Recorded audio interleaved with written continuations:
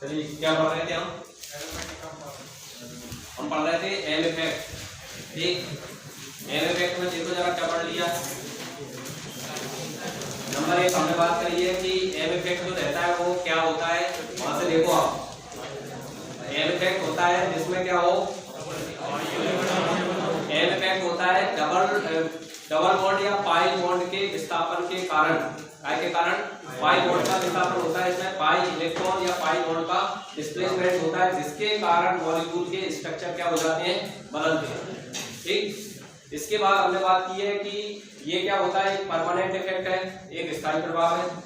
अगली बात की हमने कहा कि ये क्या होता है, इसकी कंडीशन देखी, कब कब हो सकता है, ये कौन सी कंडीशन में हो सकता है, जब क्या हो डबल बॉन्ड हो, सिंगल बॉन्ड, फिर क्या आ जाए डबल बॉन्ड, फिर double bond single bond positive, double bond single bond negative, double bond single bond non pair, double bond single bond free radical, फिर एक positive single bond non pair. और जो benzene ring रहती है उसमें, अरे ना समझ, उनमें क्या होता है, उनमें क्या हो जाएगा, रेजोनेंस होगा, उनमें अनुनाद होगा। क्लियर होगी बात। तो ये हमें कंडीशन पहचानते आना चाहिए कि किसमें रेजोनेंस होगा और किसमें रेजोनेंस नहीं होगी। क्लियर होगी बात। चलो, तो ये यहाँ तक आपने कंडीशन देखनी थी। अब अगली हम जो बात कर रहे हैं इसमें बात करेंगे, पहले हम कुछ क्वेश्चन देख लेते हैं, फिर अगली हम बात करेंगे इसके एम इफेक्ट क्या होता है और इसमें हमने जो स्ट्रक्चर बनाया है उनकी स्टेबिलिटी की बात करेंगे।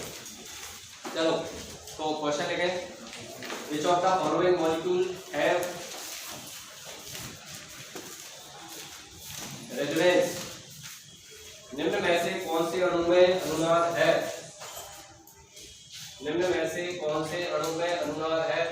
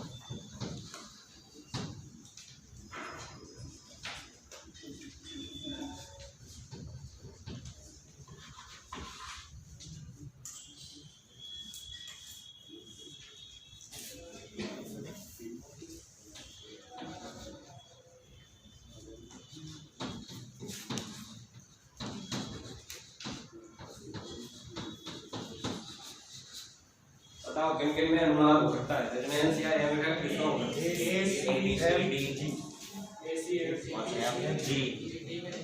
चलो, पहले वाले बताओ है क्या, पहले वाले में है। देखो, पहले वाले में डबल बॉन्ड है, फिर सिंगल बॉन्ड है, फ्लोरीन आ गया, मतलब नॉन पेयर आ गया, तो इसमें रेजोनेंस होगा। इसमें है कि नहीं? अरे भाई, एक डबल बॉन्ड है, इसके बाद कुछ है नहीं है, तो रेजोनेंस नहीं हो सकता। वो 5 कंडीशन देखो, इसमें बताओ, डबल बॉन्ड सिंगल बॉन्ड फिर डबल आ गया, इसमें है, इसमें लगातार 2 डबल बॉन्ड है, डबल बॉन्ड लगातार नहीं चाहिए, क्या चाहिए, एक डबल बॉन्ड फिर सिंगल फिर डबल आए, आ रही बात समझ में? इसमें शिफ्टिंग नहीं हो सकती। चलो इसमें बताओ कैसा। देखो इसमें क्या होता है, CH3 CO और O नेगेटिव। देखो इधर क्या है, डबल बॉन्ड सिंगल बॉन्ड, और इधर क्या आ गई, नॉन पेयर। आ रही बात समझ? इसमें भी क्या है, डिफरेंस है। चलो इसमें बताओ है कि नहीं है?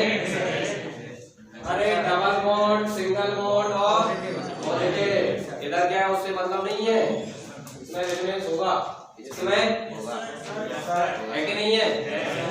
इसमें इधर नीचे क्या होता है, बेंजीन है, ये ऐसा रहता है, लगातार होता रहता है, तो ये पॉजिटिव सिंगल और ये, और इसमें तो नीचे तो होता ही है। अरे बेंजीन है मतलब रेजोनेंस है ही। आ रही बात समझ में? बेंजीन रिंग कहीं पे भी है मतलब रेजोनेंस है। इसको अपन ऐसा भी लिख सकते हैं, बेंजीन रिंग को C6H5CH2 ऐसा भी लिखा जा सकता है, कि बेंजीन रिंग को ऐसा भी लिख सकते हैं। इसमें भी है। चलो इसमें बताओ है क्या उसमें? नहीं है। लगातार दो सिंगल बॉन्ड हो गए, तो पहले तो आपको पहचानते आना चाहिए कि किसमें एफ इफेक्ट है और किसमें नहीं है।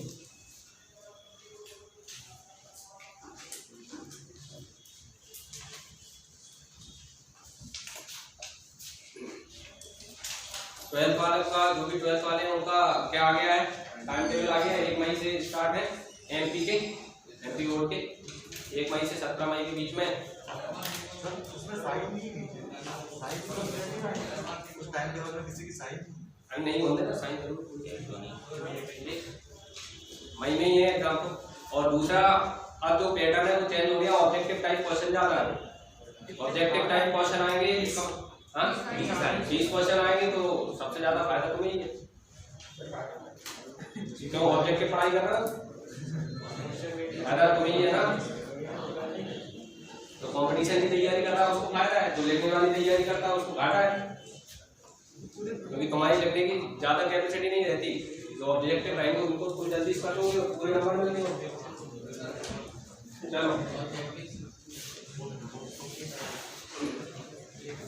तुक्के लगाया पढ़ के क्यों पढ़ रहा है 2 साल, तुक्की लगा रहा है तो कर रहा है। चलो हाँ ये लिखा, किसी को दिक्कत हो तो बताओ। कंडीशन याद होगी, घर पे याद करके आए होंगे, समझ में आएगा। कंडीशन याद नहीं है, समझ में नहीं आएगा, सरल काम है भाई। चलो अगला क्वेश्चन लिखो। Which of the following pair, which of the following pair, which of the following pair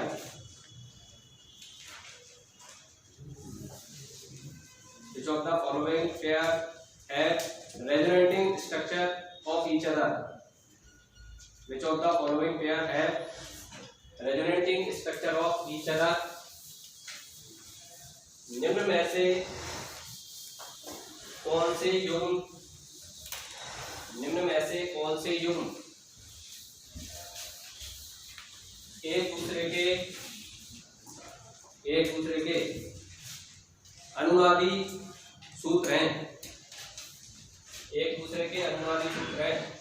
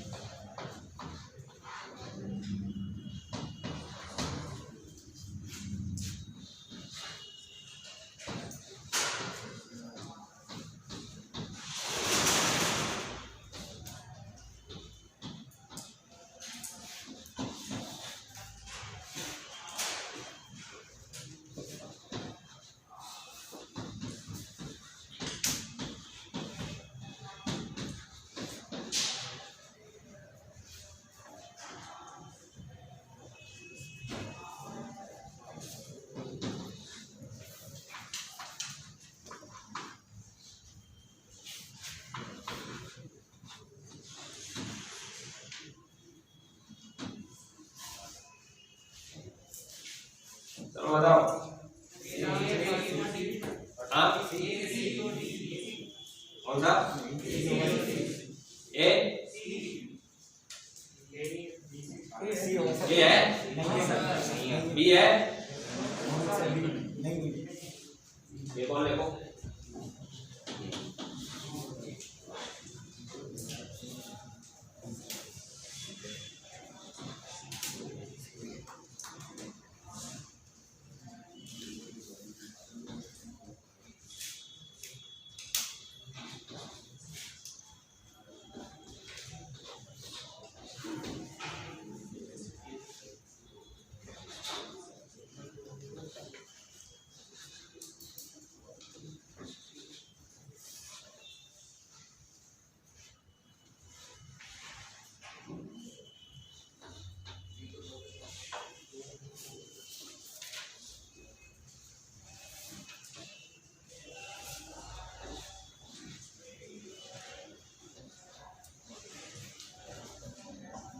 चलो बताओ कौन सा रेजोनेटिंग स्ट्रक्चर मतलब दूसरे का है और कौन सा नहीं है। तो पहले वाला है कि नहीं है ये बताओ। नहीं है तो क्यों नहीं है किधर है तो उससे क्या पहले वाला रेजोनेटिंग स्ट्रक्चर नहीं है। उसका कारण ये है कि यहाँ पर आप देख रहे हैं एटम की शिफ्टिंग हो गई। ये चला रहता है ऑटोमेटिज्म है ये रेजोनेंस नहीं है। एटम अपनी जगह पे रखा होना चाहिए। काय की शर्त है ये रेजोनेंस की शर्त है। आ रही बात समझ। तो रेजोनेटिंग स्ट्रक्चर में अनुनादी सूत्रों में परमाणु शिफ्टिंग नहीं होना चाहिए। परमाणु वही रहना चाहिए। इलेक्ट्रॉन इधर उधर बॉन्ड लोन पेयर यही चलना चाहिए। तो ये रेजोनेटिंग स्ट्रक्चर क्यों नहीं है बात समझ में आ गई। ये ऑटोमेटिज्म में चला रहता है एटम चला गया। चलो दूसरे वाले में बताओ है कि नहीं है कि नहीं है क्यों नहीं क्या होना चाहिए कैसा तो सही ये इधर शिफ्ट हो गया। ये कहाँ जाएगा ये इसका नॉन पेयर जो है वो नॉन पेयर कहाँ आ गया ये इधर आ गया तो इसके ऊपर पॉजिटिव लग गया। तो ये एक दूसरे के रेजोनेटिंग स्ट्रक्चर है। अच्छा इधर डबल बॉन्ड है मिटा दो डबल बॉन्ड मिटा दो किधर नॉन पेयर हाँ तो आ जाएंगे ना नॉन पेयर से क्या बात क्या है डबल बॉन्ड में तो कहाँ पे चलो अगला बताओ। ये भी रेजोनेटिंग स्ट्रक्चर है। ये रेजोनेटिंग स्ट्रक्चर है ये बताओ है कि नहीं है। ये भी है ये है क्या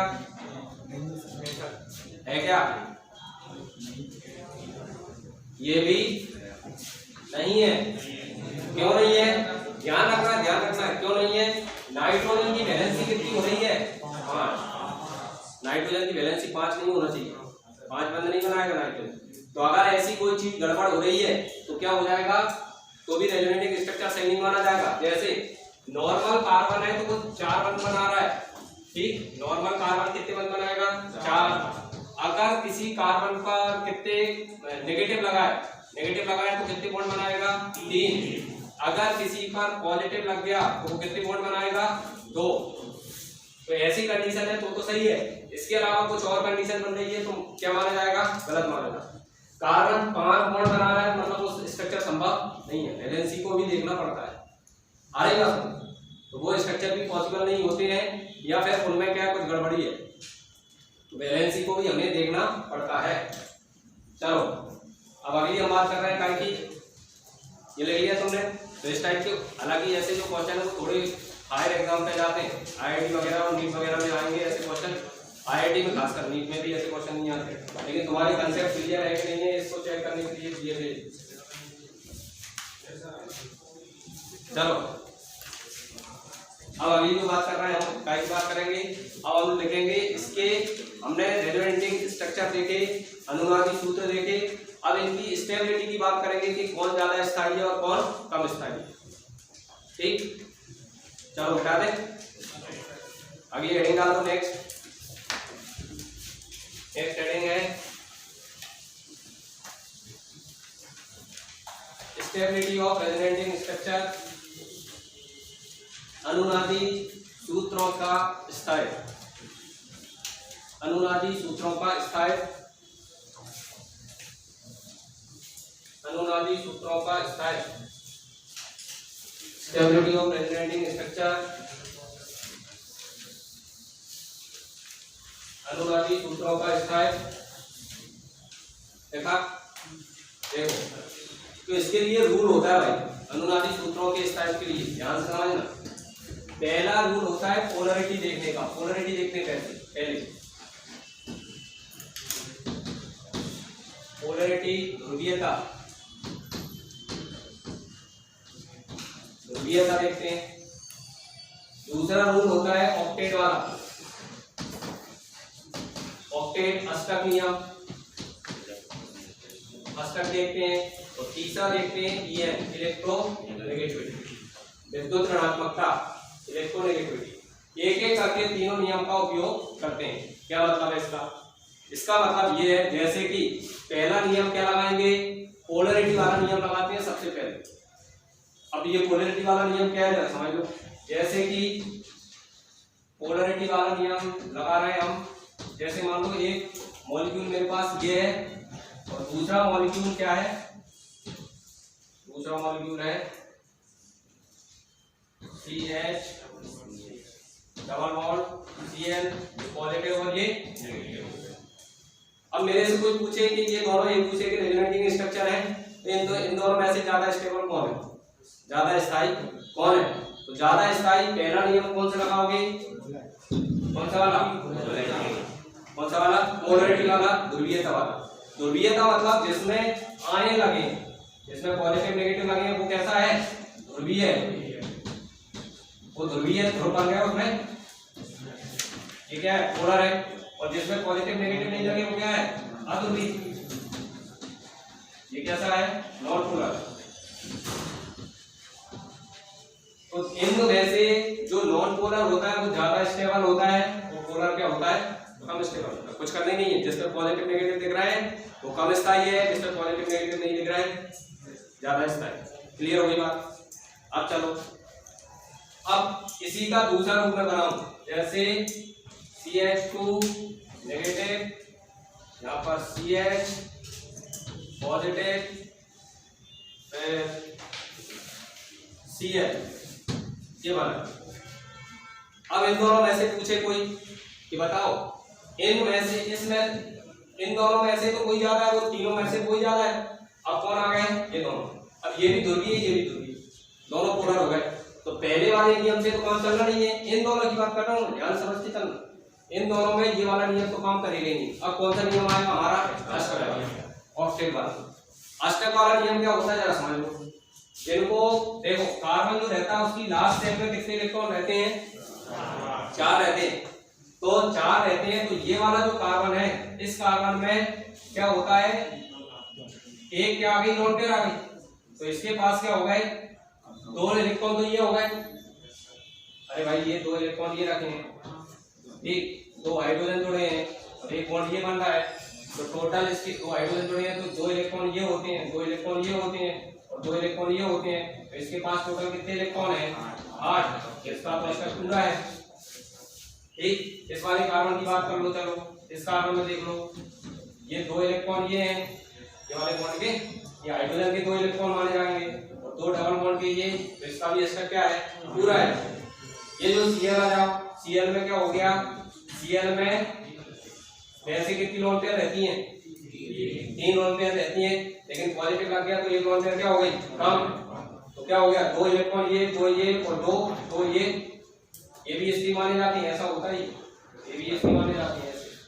तो क्या हो गया, 2 4 2 6 और 2 8। तो इसका भी अष्टक पूरा है, सभी एटम का अष्टक पूरा है, ऑक्टेट कंप्लीट है। इसकी बात करो तुम, इस वाले कार्बन को देखो, जिसमें पॉजिटिव है उसको देखो तुम, कार्बन, ये हाइड्रोजन और ये। इस कार्बन के पास इधर से सिंगल बॉन्ड है, एक हाइड्रोजन जुड़ा और एक इधर से, तो कितने इलेक्ट्रॉन हो रहे हैं टोटल इसके पास, मतलब इसका ऑक्टेट कंप्लीट नहीं है। तो तो जिस मॉलिक्यूल में सभी एटम का ऑक्टेट कंप्लीट है वो ज्यादा स्टेबल है, और जिसमें ऑक्टेट कंप्लीट नहीं है वो क्या होगा, कम स्टेबल है। आगे बात समझ, ये वाला नियम कब लगाओगे, ये लगाएंगे इस वाले में, ये वाला नियम। अब तीसरा नियम कब काम में आएगा, जब ये दोनों नियम क्या हो जाएंगे, फेल, मतलब दोनों पोलर होंगे और दोनों के ऑक्टेट क्या होंगे, इनकम्प्लीट होंगे, दोनों एटम के अशनक क्या होंगे, अपूर्ण। तब कौन सा नियम काम करेगा, ये वाला EN वाला काम करेगा, इलेक्ट्रोनेगेटिव वाला नियम काम करेगा। आ रही बात समझ, ठीक। तो पहले क्या कर रहे हो तुम, स्टेबिलिटी देखने के लिए first rule polarity, second octet वाला, और तीसरा EN वाला इलेक्ट्रोनेगेटिविटी वाला। इलेक्ट्रोनेगेटिविटी वाला रूल क्या होगा वो मैं आपको बता रहा हूं, चलो इसको बनाओ पहले, ध्यान से समझना भाई। मतलब इससे ये अगर आपको समझ में आ रहा है, इससे कठिन क्वेश्चन कुछ होते नहीं है। एम इफेक्ट चल रहा है, एम इफेक्ट में सबसे कठिन क्वेश्चन बनते हैं।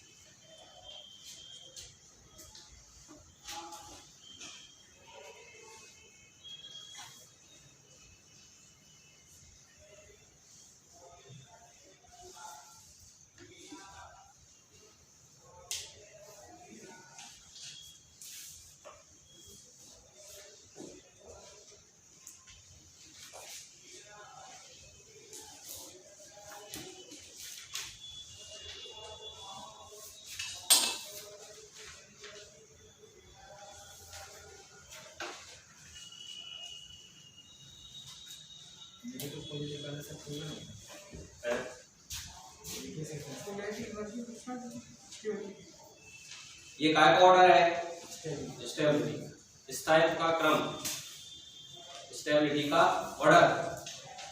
स्टेबिलिटी और रिएक्टिविटी एक दूसरे के उल्टी होते हैं। सर ये कैसे होता है सर, क्या पॉजिटिव और नेगेटिव वाला? अरे जिसमें पॉजिटिव नेगेटिव है वो बोला है, कैसे होता है कैसे बता सकते हैं?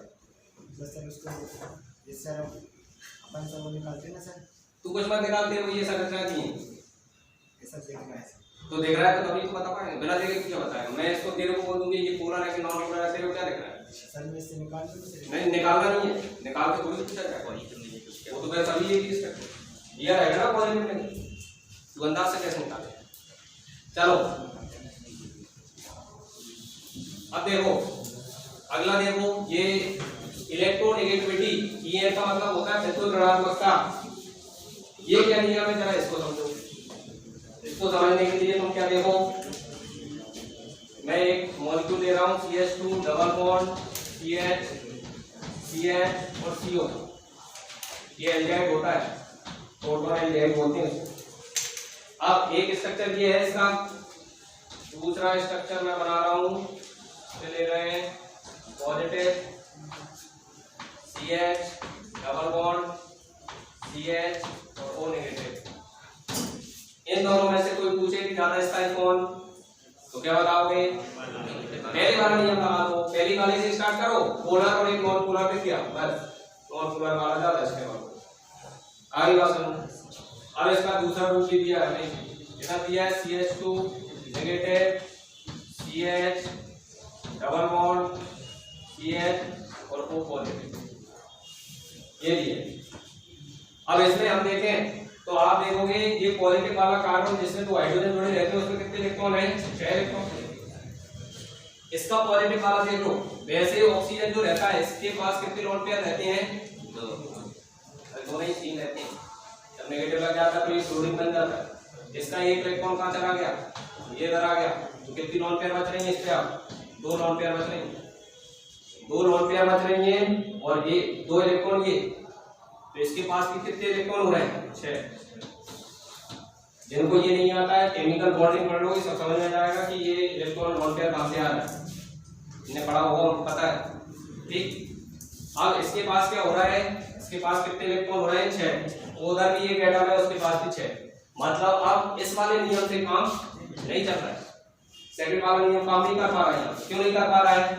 इसलिए नहीं कर पा रहा है क्योंकि दोनों में ऑक्टेट कंप्लीट नहीं है, ऐसे एटम है, तो ये सेकंड रूल काम नहीं करेगा। अब आ जाओ थर्ड वाले नियम। थर्ड वाला नियम क्या कहता है कि अगर ऑक्सीजन हो, इस पे नेगेटिव हो और ऑक्सीजन पे क्या हो, पॉजिटिव, तो ऐसी कंडीशन में कौन ज्यादा स्टेबल माना जाएगा? जब ऑक्सीजन पे क्या हो, नेगेटिव। ऐसे ही मान लो नाइट्रोजन है, नाइट्रोजन पे नेगेटिव हो और नाइट्रोजन पे क्या है, पॉजिटिव है, तो कौन ज्यादा स्टेबल है? नेगेटिव वाला। ऐसे ही फ्लोरीन है, हालांकि इसमें होता नहीं है, फ्लोरीन या क्लोरीन मान लो, क्लोरीन है उसमें नेगेटिव है और क्लोरीन पे क्या है, पॉजिटिव है, तो कौन ज्यादा स्टेबल है? नेगेटिव वाला। मतलब जिसकी इलेक्ट्रोनेगेटिविटी ज्यादा होती है, जितने इलेक्ट्रोनेगेटिविटी पढ़नी हो तो उस पर नेगेटिव चार्ज होना चाहिए, तो ज्यादा स्टेबल होता है। नेगेटिव वाले पे क्या होना चाहिए?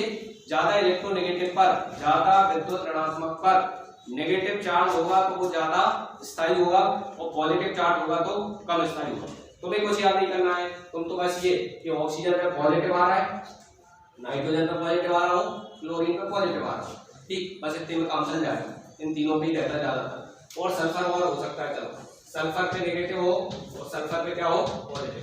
तो ऐसी कंडीशन में ज्यादा स्टेबल कौन होता है? जिसके ऊपर क्या होता है, नेगेटिव। तो ये इसको बोलते हैं हम कौन सा? ये नियम होता है इलेक्ट्रोनेगेटिविटी वाला। तो इसमें इन दोनों की स्टेबिलिटी पता करने के लिए पहला नियम काम नहीं किया। क्यों काम नहीं किया? क्योंकि दोनों पोलर थे, तो पहला नियम काम नहीं कर पाया।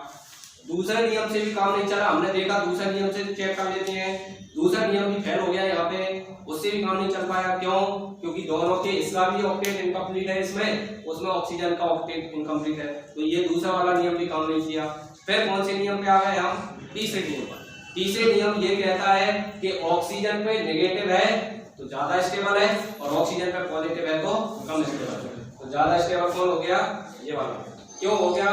क्योंकि ऑक्सीजन इलेक्ट्रोनेगेटिव होता है, उसमें नेगेटिव है तो स्टेबिलिटी को ज्यादा बढ़ा देता है, और ये पॉजिटिव है तो स्टेबिलिटी कम। मैं फिर से बोल रहा हूँ, अगर आपको ज्यादा दिक्कत आ रही है, ऐसे क्वेश्चन जो है वो ज्यादा हायर एग्जाम जो रहती है उसमें ही ये आते हैं, ये वाला। अभी तक पीएटी आईसीआर में ऐसे क्वेश्चन नहीं देखे गए। अपन क्यों पढ़ रहे हैं? क्योंकि मेरा ये मानना है कि जितने लेवल का क्वेश्चन आता है उससे थोड़ा एक लेवल ज्यादा पढ़ लो तो बुराई नहीं है। क्यों बुराई नहीं है? क्योंकि इस साल अगर आ गया तो फिर अपने को फायदा है। एक कदम आगे बढ़ रहे हैं, ज्यादा नहीं बढ़ रहे, एक कदम ही आगे, बस सरल आगे तो कोई दिक्कत है ही नहीं, लेकिन एक कठिन आगे तो अपन हो सकता है अपन आगे निकल जाए और लोग पीछे रह जाए। तो ज्यादा अगर किसी को बहुत ज्यादा दिक्कत आ रही हो तो छोड़ना है, बाकी तो मेरे हिसाब से पढ़ना है। चलो, तो ये रूल हो गया, आपने तीनों रूल का यूज कैसे करना है वो बता दिया।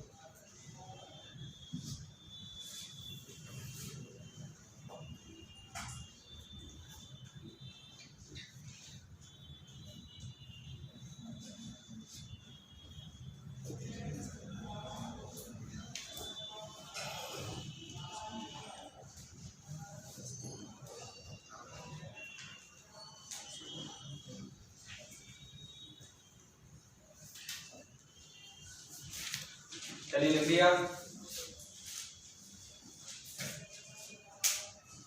अब चलो, अब हम बात करेंगे, ये जो एम इफेक्ट था इसके काय की बात करेंगे हम, इसके एप्लीकेशन की बात करेंगे, इसके अनुप्रयोग की बात करेंगे। तो हेडिंग डाल दो, application of M effect, M प्रभाव के अनुप्रयोग। सर ऐसा तो नहीं आएगा ना सर कि लास्ट एटम में सर 18 नाइट्रोजन में सर 18 क्या करें एजुकेशन तो क्या करें तो क्या करें अरे तो कैसा रेजोनेंस अरे रेजोनेंस ही नहीं है क्या ना एटम ही बताता है तू मैं एटम शिफ्ट तक नहीं कर रहा है तो तू एटम ही बताता है एटम से क्या रहता है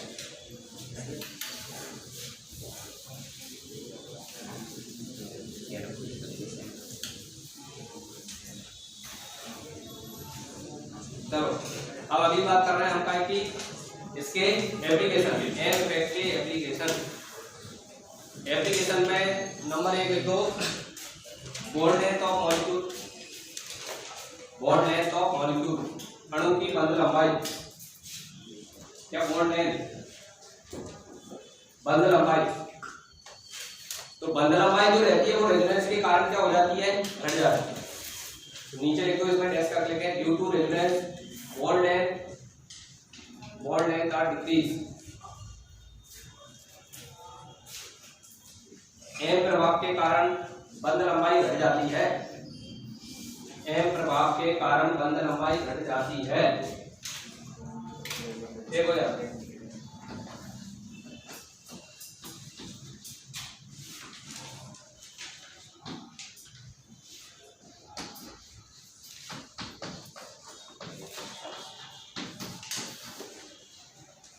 ये कार्बन कार्बन के बीच में सिंगल बॉन्ड है इसको बोलेंगे इसकी जो बॉन्ड लेंथ है उसको बोलूंगा मैं L1 तो ये भी कार्बन कार्बन के बीच में सिंगल बॉन्ड है इसको बोलूंगा मैं L2 अब पूछा जाए कि बंध लंबाई बॉन्ड लेंथ ज्यादा किसकी है तो किसकी ज्यादा है किसकी ज्यादा है L1 ज्यादा है सिंगल बॉन्ड ये भी है लेकिन ये कम क्यों है ये कम क्यों है क्योंकि इसमें क्या है N है और एल में क्या है इसका मतलब क्या है इसका जो मॉलिक्यूल है ये अकेला नहीं है इसमें ये डबल बॉन्ड कहां आने वाला है तो इसकी जो बॉन्ड लेंथ है वो क्या होगी कम आगे बात ये बॉन्ड लेंथ का ऑर्डर हो गया बंध लंबाई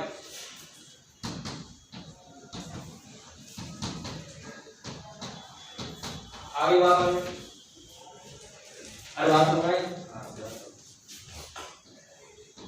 चलो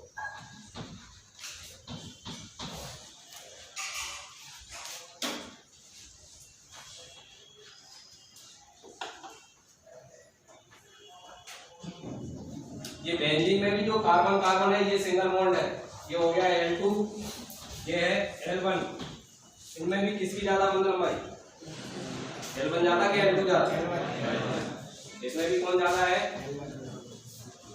कारण ये डबल बॉन्ड घूमेगा तो ज्यादा डबल बॉन्ड रहेगा तो बॉन्ड लेंथ क्या हो जाएगी कम बंधों की संख्या बढ़ती है तो बॉन्ड लेंथ क्या हो जाती है घटती है चलो और बताओ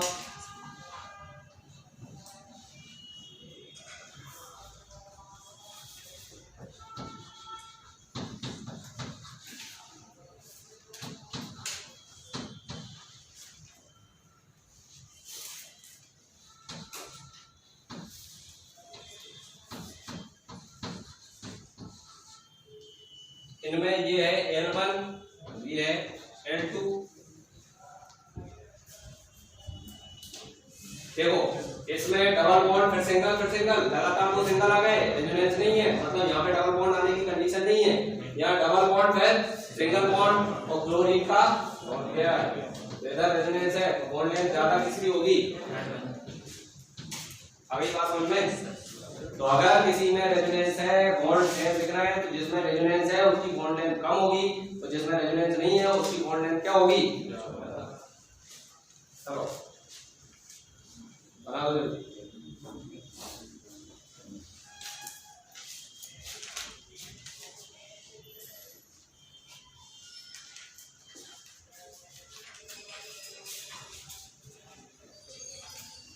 चलो बेटा दूं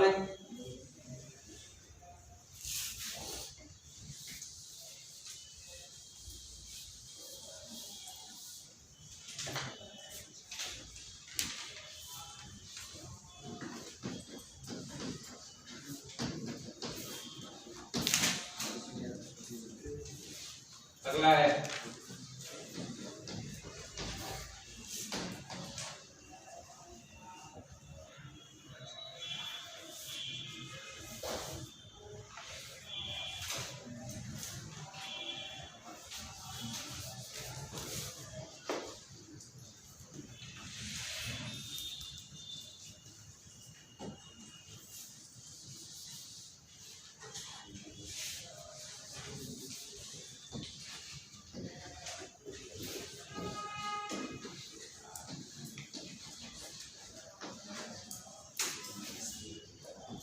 ये है L1, तो ये है L2। कौन सी बॉन्ड लेंथ ज्यादा? L1। अरे भाई ये लॉन्ग पेयर है इसमें, तो ये इधर से अगर सिंगल बॉन्ड है, ये डबल बॉन्ड है, इधर ये सिंगल बॉन्ड फिर क्या आ गई लॉन्ग पेयर, इधर दो लगातार क्या आ गए, इधर रेजोनेंस नहीं होगा ऊपर बेंजिंग रिंग के ऊपर, तो उधर रेजोनेंस नहीं होगा तो बॉन्ड लेंथ क्या होगी बड़ी।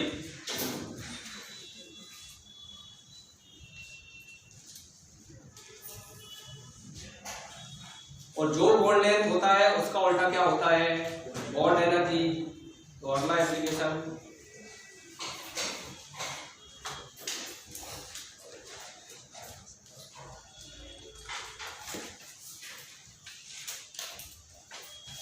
या रिएक्टिविटी जो रहती है वो क्या होती है, जैसी बॉन्ड लेंथ जिसकी ज्यादा होती है उसकी रिएक्टिविटी भी क्या होती है ज्यादा। तो लिख दो जल्दी से रिएक्टिविटी वाला एप्लीकेशन लिख दो, नंबर 2 एप्लीकेशन है reactivity of molecule, reactivity of molecule.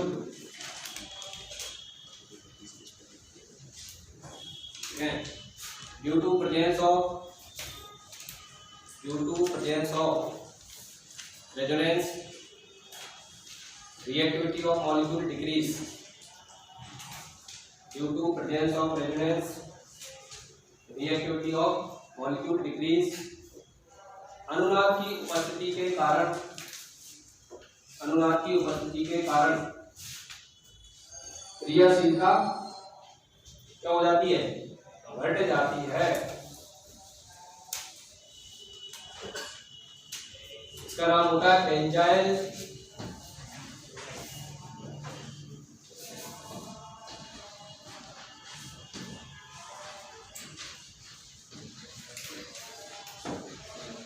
Chloride. तो बेंजाइल क्लोराइड और ये है क्लोरोबेंजीन।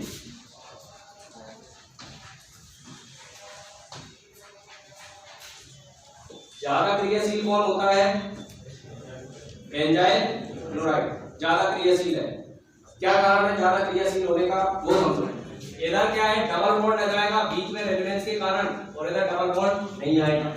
अब क्रियाशीलता का मतलब क्या होता है, रिएक्शन का मतलब क्या होता है, पहले ही बता दिया है कि पहले बॉन्ड टूटेगा और फिर नए बॉन्ड बनेंगे। अब ये डबल बॉन्ड बन जाएगा, मतलब ये बॉन्ड लेंथ छोटी हो जाएगी, तो इसको तोड़ने में एनर्जी क्या लगेगी ज्यादा, और इसको तोड़ने में एनर्जी क्या लगेगी कम। तो कोई कारण पूछ ले कि भैया ऐसा क्यों है, एक तो रेजोनेंस है, ठीक है भैया, तो रेजोनेंस से क्या हो गया, रेजोनेंस से ये हो गया कि एक तो इसकी बॉन्ड एनर्जी क्या हो गई, इसकी इसमें रेजोनेंस नहीं है यहाँ पर, तो इसकी बॉन्ड एनर्जी क्या हो गई, कम हो गई। इसकी बंद ऊर्जा क्या हो जाती है, कम, और इसकी बंद ऊर्जा क्या हो जाएगी, ज्यादा हो जाएगी। इसकी बंद ऊर्जा ज्यादा हो गई, इसलिए बॉन्ड तोड़ने में एनर्जी ज्यादा लगती है। एक तो ये कारण होता है। दूसरा कारण होता है इसका जो मध्यवर्ती बनता है, इसका जो मध्यवर्ती बनेगा, इसका स्टेबिलिटी क्या होगी, इसकी स्टेबिलिटी क्या होगी ज्यादा, इसमें रेजोनेंस होगा, यहाँ पे ये बनेगा, और इसका जो मध्यवर्ती बनेगा उसकी स्टेबिलिटी क्या होगी कम, ये क्या होगा मोर स्टेबल है। एक कारण ये भी रहता है। तो जो ज्यादा स्थायी होता है, मतलब ये अपने बॉन्ड को तोड़कर ज्यादा स्थायी वाले मॉलिक्यूल में बदलना चाहता है, और ये ऐसा अगर ये बॉन्ड यहाँ से टूटेगा तो ये जो कंपाउंड बनता है इसकी स्टेबिलिटी क्या हो जाती है, कम होती है, स्थायित्व क्या होता है इसका कम, इसमें रेजोनेंस में क्या हो जाती है, बाधा आ जाती है इसकी। आ रही बात। तो दो कारण अगर कोई पूछे तो कि भैया ऐसा क्यों होता है कि ये ज्यादा रिएक्टिव है, ये कम रिएक्टिव है, तो रेजोनेंस है, ठीक बात है। दूसरा, रेजोनेंस से क्या होता है कि इसमें रेजोनेंस है और ये ज्यादा स्टेबल, मतलब ज्यादा रिएक्टिव है, तो इसका कारण क्या है, इसका कारण ये है कि इससे जो मध्यवर्ती बनेगा, इसको टूटने के बाद ये जो मध्यवर्ती बनेगा ये स्टेबल क्या होगा ज्यादा। तो जिसका इंटरमीडिएट ज्यादा स्टेबल होता है उसकी रिएक्टिविटी क्या होती है ज्यादा। मैं क्या बोल रहा हूँ, जिसका मध्यवर्ती ज्यादा स्थायी होता है उसकी क्रियाशीलता क्या होती है ज्यादा। अरे बस मध्यवर्ती क्या होगा ज्यादा स्टेबल फॉर्म में जा रहा है, तो ये स्टेबिलिटी इसकी ज्यादा है, मैं अभी बताऊंगा इसकी स्टेबिलिटी क्यों ज्यादा है, आगे आ रहा है मध्यवर्ती के स्थायित्व पर, तब आपको पता चलेगा। चलो तुमको क्या बात कर रहे थे कि भाई जिसकी बात चल रही है काय की, बॉन्ड एनर्जी की, तो जिसके पास रेजोनेंस नहीं है उसकी बॉन्ड एनर्जी क्या है, कम, और इसकी बॉन्ड एनर्जी क्या है, ज्यादा। ये बॉन्ड एनर्जी का ऑर्डर है। बॉन्ड एनर्जी पे वापस आ जाओ। इसीलिए बाद में क्वेश्चन आएगा जब हम क्लोरोबेंजीन पढ़ेंगे तो मैं बोलूंगा कि क्लोरोबेंजीन बहुत कम क्रियाशील है। क्यों कम क्रियाशील है भैया? ये बंद लंबाई क्या होती है, ज्यादा, आसानी से बंद नहीं टूटता, इसलिए इसकी क्रियाशीलता क्या है, कम है। इसका जो बॉन्ड है वो रेजोनेंस में पार्टिसिपेट करता है, इसलिए भी क्रियाशीलता क्या है, कम है। आ रही बात समझ? क्लोरोबेंजीन जो रहेगा वो बेंजाइल क्लोराइड के कंपैरिजन में लेस रिएक्टिव रहेगा। उसका कारण ये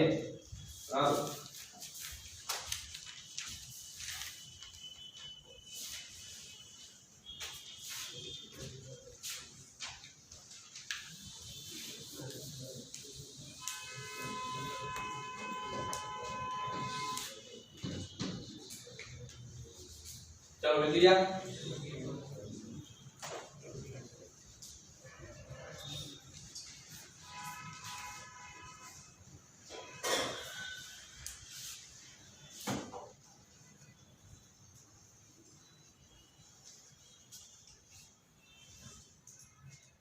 ये हमने क्या रिएक्टिविटी लिखा था कि बॉन्ड एनर्जी? रिएक्टिविटी लिखा है तो इसको रिएक्टिविटी लिखना है, बॉन्ड एनर्जी मतलब रिएक्टिविटी इसकी ज्यादा है और इसकी कम।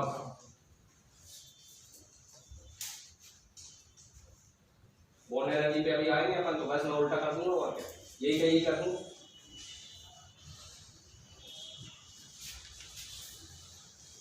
चलो एक एग्जांपल और देखो, ऐसा कैसा CH2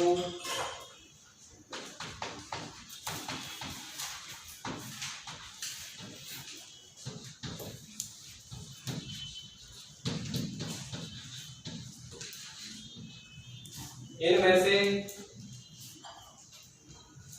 रिएक्टिविटी ज्यादा किसकी, कौन से वाले की? इसकी रिएक्टिविटी ज्यादा है, इसमें रेजोनेंस, नो रेजोनेंस, इसमें रेजोनेंस नहीं है और इसमें रेजोनेंस है।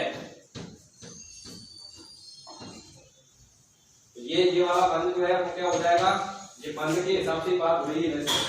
जिसमें रेजोनेंस रहेगा उसकी रिएक्टिविटी कम होगी और जिसमें रेजोनेंस नहीं है उसकी रिएक्टिविटी,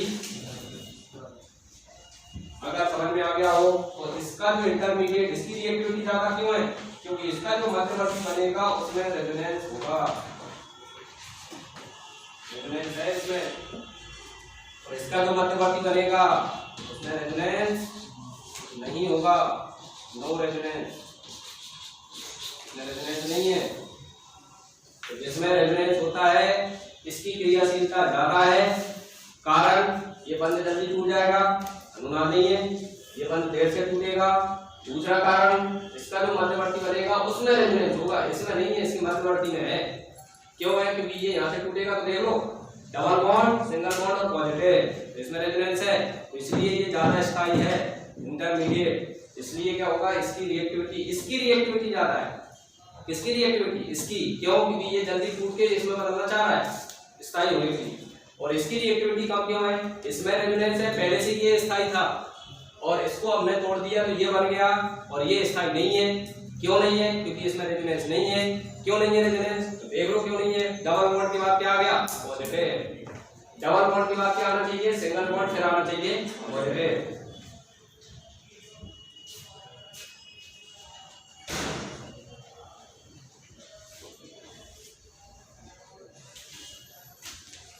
नकुल आया क्या पढ़ने? कब है नकुल? कुछ आ रहा है समझ? क्या पढ़ने नहीं आया 3-4 दिन से, तो आज क्या आएगा समझ? समझ में आ रहा है कि मन घबरा रहा है? अरे जो पढ़ने नहीं आ रहा है, रोजाना गैप लगा रहे हैं, उनको समझ में आएगा क्या? कतई नहीं आएगा। तू कल आया? परसों मतलब परसों का था? आया थे? चल तो अच्छा, मास्क लगाए हो।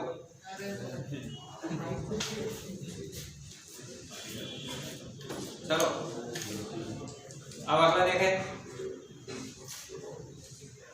अगली हेडिंग आपको तीसरा एप्लीकेशन लिखे, बॉन्ड एनर्जी ऑफ बॉन्ड,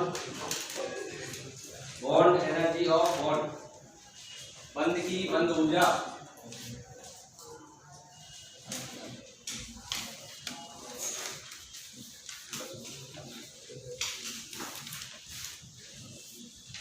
चलो देखो, बंध ऊर्जा क्या हो जाती है, बॉन्ड एनर्जी ऑफ बॉन्ड, बंध की बंध ऊर्जा रेजोनेंस के कारण बंध ऊर्जा क्या हो जाती है, इंक्रीज। लिख दो, due to presence of resonance bond energy of bond increase. अनुनाद के कारण बंध की बंध ऊर्जा बढ़ जाती है, अनुनाद के कारण बंध की बंध ऊर्जा बढ़ जाती है, अनुनाद के कारण बंध की बंध ऊर्जा बढ़ जाती है।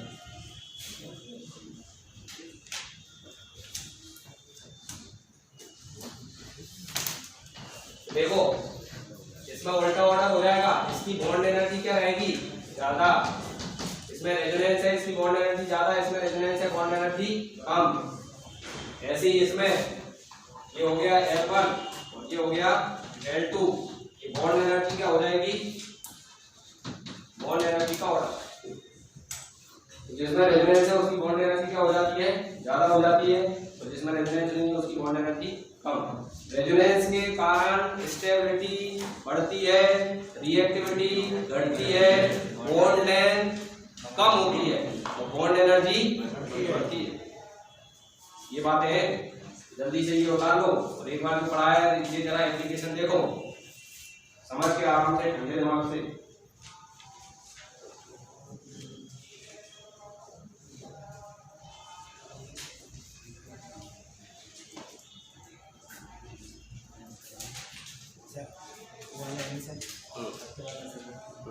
इसमें सर डबल बॉन्ड सिंगल में सीएल के साथ बनते हैं,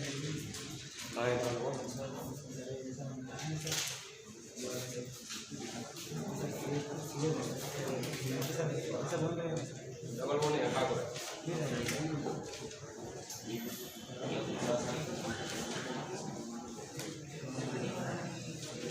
चलो बेटा,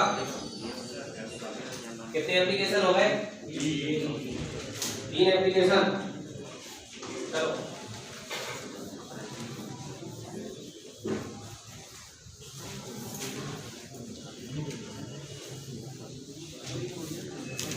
अगला लिख दो, देखना। चलो पहले इतना ही पढ़ लो, उसको आराम से समझ लो, मैं पूछता हूँ, आराम से समझ लो।